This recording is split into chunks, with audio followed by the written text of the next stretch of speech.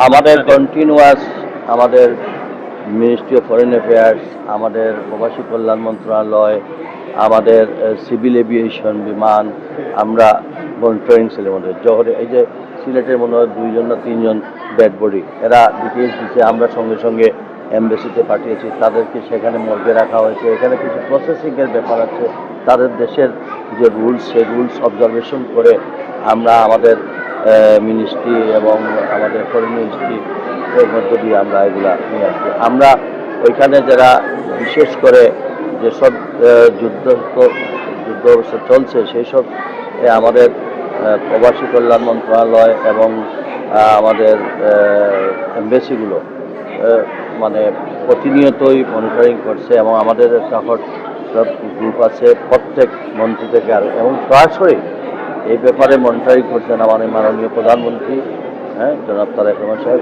এটা আমার মনে হয় কয়েক ঘন্টা পরপরই নিয়ে এই অফিসিয়ালি উনি নিজেও করছেন।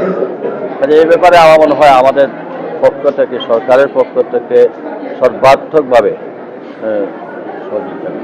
অনেকের ভিসা মেয়াদ শেষ, আমরা সঙ্গে সঙ্গে আমরা হটলাইন আমাদের প্রবাসী কল্যাণ মন্ত্রণালয় আমাদের এখানে বলা হয়েছে যে যারা বিশেষ করে ভিসা মেয়াদ শেষ হয়ে যায় বা এই ধরনের ফ্লাইট ক্যান্সেলের কারণে যদি অন্য কোনো প্রবলেম হয় সেগুলো আমাদের সঙ্গে যোগাযোগ। যেমন কিছুদিন আগে কুয়েতের 1 দিন বা 2 দিন ছিল, আরও আমরা সেটা মিনিস্ট্রির মাধ্যমে আমরা সেটা নিয়েছি। আমরা অঙ্গীকারবদ্ধ যে আমাদের পক্ষ থেকে যাদের ভিসার মেয়াদ শেষ হয়ে যাবে, যাদের যে কোনো আমাদের সামর্থ্য অনুযায়ী আমরা সরি করব।